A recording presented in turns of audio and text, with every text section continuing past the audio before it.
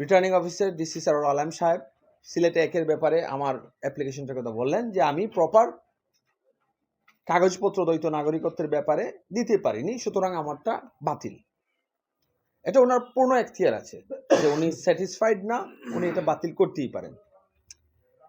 ঠিক 30 সেকেন্ড পরে দ্বিতীয় যে সিদ্ধান্তটা উনি দিলেন সেটাও দ্বৈত নাগরিকত্ব সম্পর্কিত ব্যাপার, সিলেট 3-এর প্রার্থী।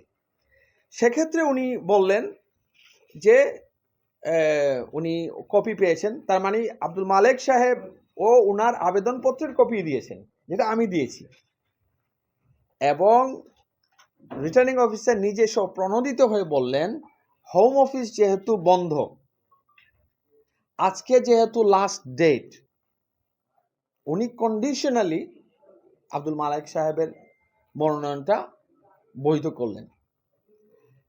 সেই মুহূর্তে আমার প্রশ্ন জাগলো, আমার ক্ষেত্রেও তো হোম অফিস বন্ধ, আমার ক্ষেত্রেও তো সেদিন ছিল লাস্ট ডেট, আমার ক্ষেত্রেও তো রিটার্নিং অফিসার কন্ডিশনালি দিতে পারতেন, ওয়ার্নিং দিয়েও দিতে পারতেন যে যদি পরে পাওয়া যায় যে আপনার আবেদনপত্র গৃহীত হয়নি তাহলে আপনারটা বাতিল হবে, ঠিক যেভাবে উনি মালিক সাহেবের কথা বলেছেন।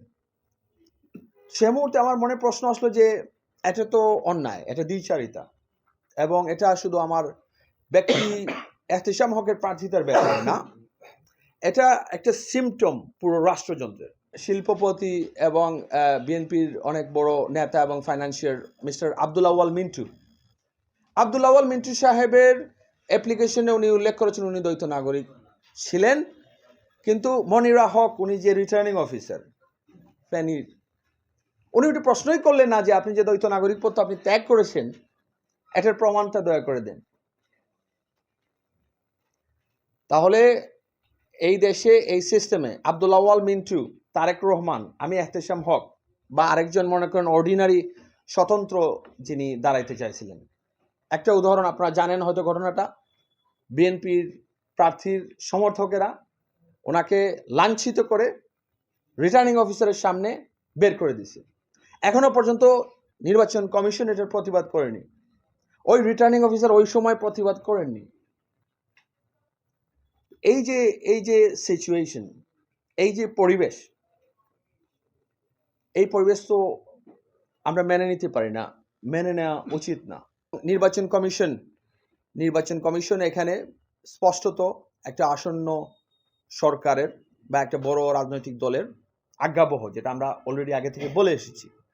এই পরিস্থিতিতে নির্বাচনে আমরা যদি যাই বা নির্বাচনে যাওয়ার পর আইন শৃঙ্খলা রক্ষাকারী বাহিনী বা নির্বাচন কমিশন কিভাবে আমাদের নিরাপত্তা নিশ্চিত করতে পারবে, কিভাবে তারা নিশ্চিত করতে পারবে যে বিএনপির প্রার্থীরা যদি গিয়ে কেন্দ্র দখল করতে চায় সেগুলো আলটিমেটলি আইন শৃঙ্খলা রক্ষাকারী বাহিনী বন্ধ করবে, বা আরো যারা প্রার্থী আছেন আমাদেরই বলেন বা অন্য দলের বলেন তাদের সাথে সাম্যতার সাথে ব্যবহার করা হবে।